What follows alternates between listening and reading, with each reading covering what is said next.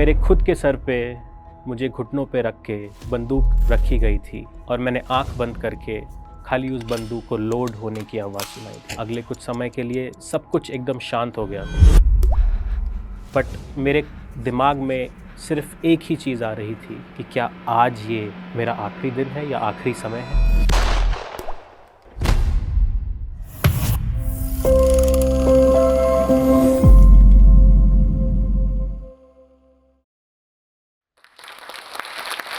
मेरी उम्र 21 वर्ष थी जब मैंने अपना पहला समुद्री जहाज़, मर्चेंट शिप जिसे हम बोलते हैं, वो जॉइन किया था as a trainee, as a deck cadet.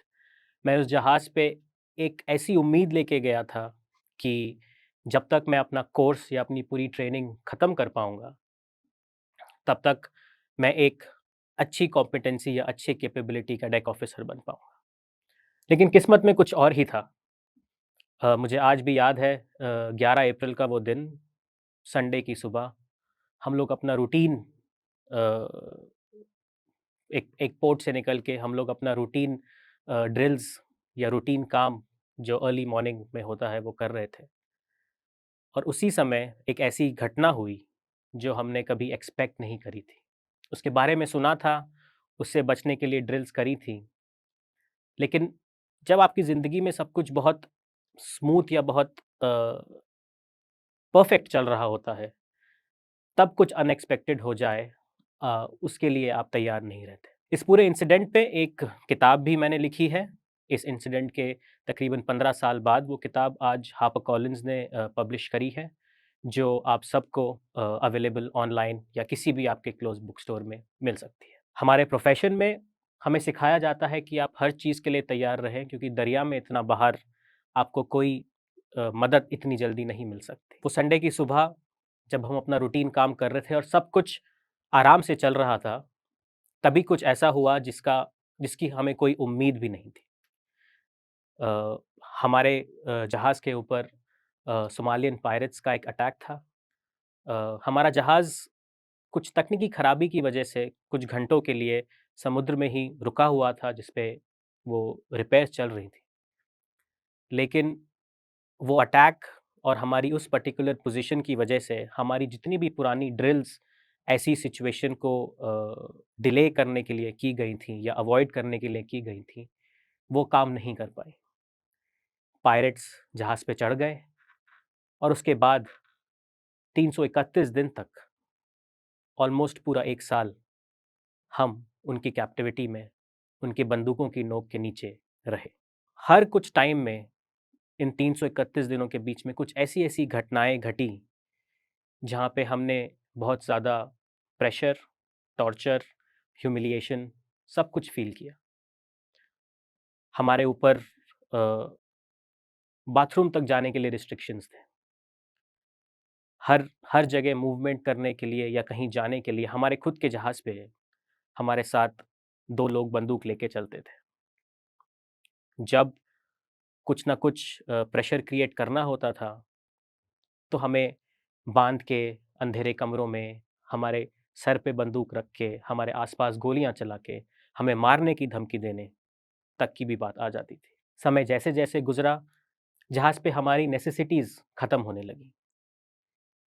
पानी पीने का, खाने के लिए राशन, फ्यूल, जनरेटर चलाने के लिए, सब खत्म हो गया। एक इंसिडेंट मैं शेयर करूँगा, जब मेरे खुद के सर पे मुझे घुटनों पे रख के बंदूक रखी गई थी और मैंने आँख बंद करके खाली उस बंदूक को लोड होने की आवाज़ सुनाई थी। अगले कुछ समय के लिए सब कुछ एकदम शांत हो गया था, बट मेरे दिमाग में सिर्फ एक ही चीज़ आ रही थी कि क्या आज ये मेरा आखिरी दिन है या आखिरी समय है। लेकिन मैंने एक होप हमेशा रखी कि अगर मैं ये समय से बाहर निकल गया, तो मैं आगे क्या करूँगा? अपने परिवार के साथ मैं आगे के दिन कैसे गुज़ारूँगा? पॉज़िटिव सोचना बहुत ज़रूरी था, पॉज़िटिव रहना बहुत ज़रूरी था। इस पूरे 331 दिन में मैं अकेला नहीं था, मेरे और भी क्रूमेट्स थे।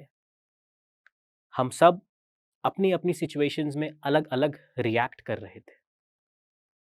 कुछ लोग बहुत ज़्यादा डिमोटिवेट हो गए थे, कुछ लोग मेरी तरह ही एक-एक दिन गुज़ार के अगले दिन की उम्मीद कर रहे थे। हम रोज़ सुबह अपने आस-पास एक समुंदर की नीली चादर देखते थे और रोज़ रात को अ, काला आसमान, उसके अलावा और कुछ नहीं था। लेकिन उम्मीद एक ऐसी चीज़ थी जो हमने इस पूरे 331 दिन में नहीं छोड़ी। चाहे वो आपस में एक-दूसरे को मोटिवेट करके, चाहे वो किसी तरह किसी एक्टिविटी में इन्वॉल्व होके, किताबें पढ़ के, मेंटली अपने आप को बिज़ी रख के, कुछ नई-नई चीज़ें जहाज़ पे जो भी हमारे पास रिसोर्सेज़ थे इन्वेंट करके, चेस बोर्ड बना के, अपने आप को बिज़ी रखा, ताकि रात को आप जब सोने जाएँ तो आपको नींद आ जाए, आपके दिमाग में तनाव ना रहे। हमें जब इन पायरेट्स ने बंदी बनाया हुआ था, तो उनके एक्सपेक्टेड टाइम से ज़्यादा जब समय हम वहाँ रुक गए, तो उनकी फ्रस्ट्रेशन हम पे भी निकलती थी। उनके बॉसेस से उनको फ़ोन आता था कि जहाज़ पे तनाव पैदा करो। तब हम लोग को हाथ-पाँव बाँध के, हमारे ऊपर टॉर्चर अलग-अलग तरीके से करके, मेंटल प्रेशर, फिज़िकल बंदूकों से हमें कभी-कभी हमारी पीठ पे मार के, ऐसी अलग-अलग चीज़ें होती थी। मेरी उम्र उस टाइम 21 साल ही थी। इन सब को डाइजेस्ट करना बहुत मुश्किल होता था। रोज़ रात को मैं सोने से पहले खाली एक चीज़ सोचता था कि क्या अगले दिन सुबह भी मैं यही देखूँगा, यही यही मेरी दिनचर्या रहेगी? कि क्या ये एक सपने जैसे मैं उठूँ और मैं सेफ वाटर्स में हूँ या अपने परिवार के साथ हूँ? बट अनफॉर्च्युनेटली रोज़ सुबह उन्हीं लोगों के साथ, उन्हीं बंदूकों की नोक पे, उसी कम खाने के साथ, उसी लिमिटेड पीने के पानी के साथ हम लोग उठते थे। एक एक वाक़या मुझे याद आ रहा है जो मैंने अपनी किताब हाईजैक में भी बहुत डिटेल में लिखा है, कि मैं कुछ काम करने के लिए परमिशन लेके डेक पे गया। ये मेरा रूटीन था, लेकिन जो पायलट मुझ पे नज़र रखा हुआ था, उसको लगा कि मैं कुछ अ, प्रॉब्लम या कुछ सिचुएशन क्रिएट करने जा रहा हूँ। जैसे ही उसने मुझे देखा, वो दौड़ता हुआ नीचे आया अपनी बंदूक के साथ और अपनी भाषा में मुझ पे चिल्लाने लगा जो मुझे बिल्कुल समझ नहीं आया।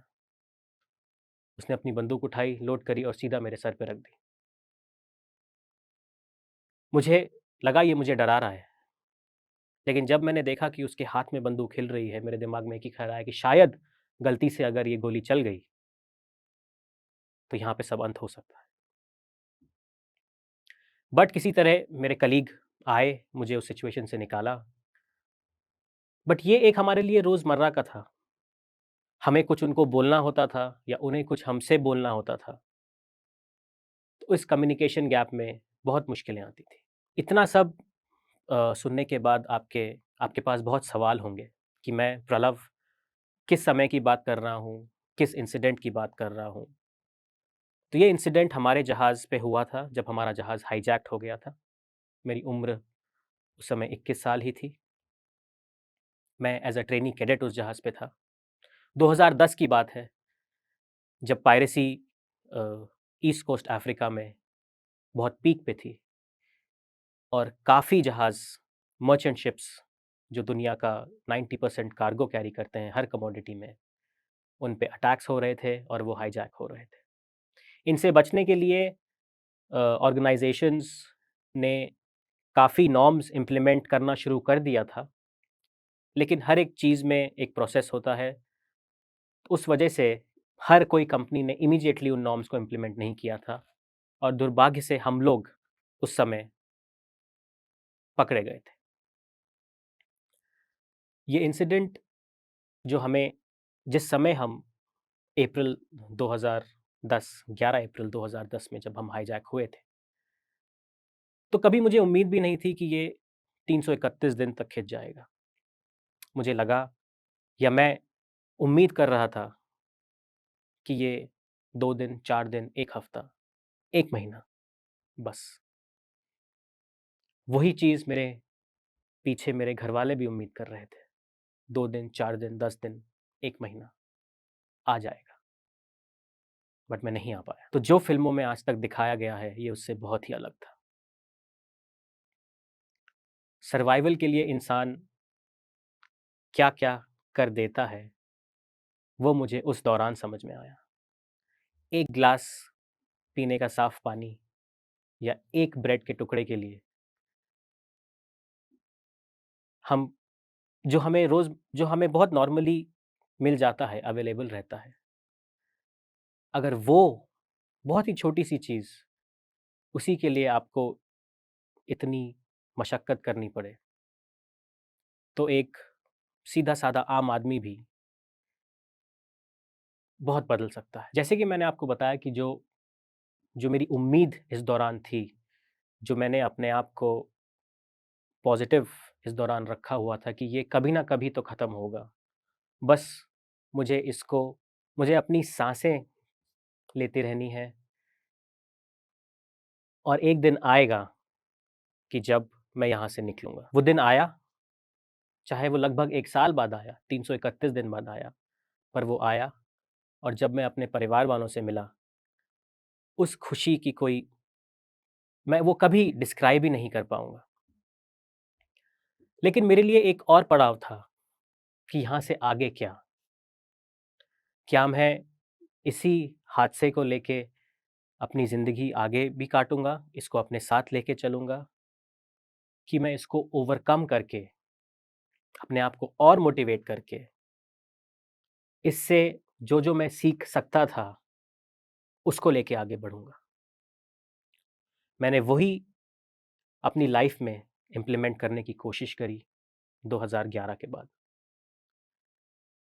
पेशेंस एक ऐसी चीज़ थी, जो मैंने वो उन हाइजैक्ड 331 दिन में बहुत ज़्यादा सीखी और वही आगे लाइफ़ में इम्प्लीमेंट भी करी। मेरे पास उन दिनों में कुछ ऐसा ज़रिया नहीं था कि मैं अपनी पायरेसी को ओवरनाइट ख़त्म कर देता। अगर मैं उनसे लड़ता, तो शायद मैं अपनी ज़िंदगी ख़त्म कर देता, क्योंकि मैं उनसे सिर्फ़ इन 2 हाथों से और उनकी बंदूकों से नहीं लड़ सकता था। तो मैंने सब्र रखा, उम्मीद रखी, जिस पे भी मैं भरोसा करता हूँ, उसको याद किया। जब मैं हाइजैकिंग से वापस आया 331 दिन बाद अपने परिवार के साथ, मेरे लिए आगे अपना करियर पे काम करने के लिए, अपना करियर दोबारा शुरू करने के लिए इसी इंडस्ट्री में बहुत चैलेंजेस थे।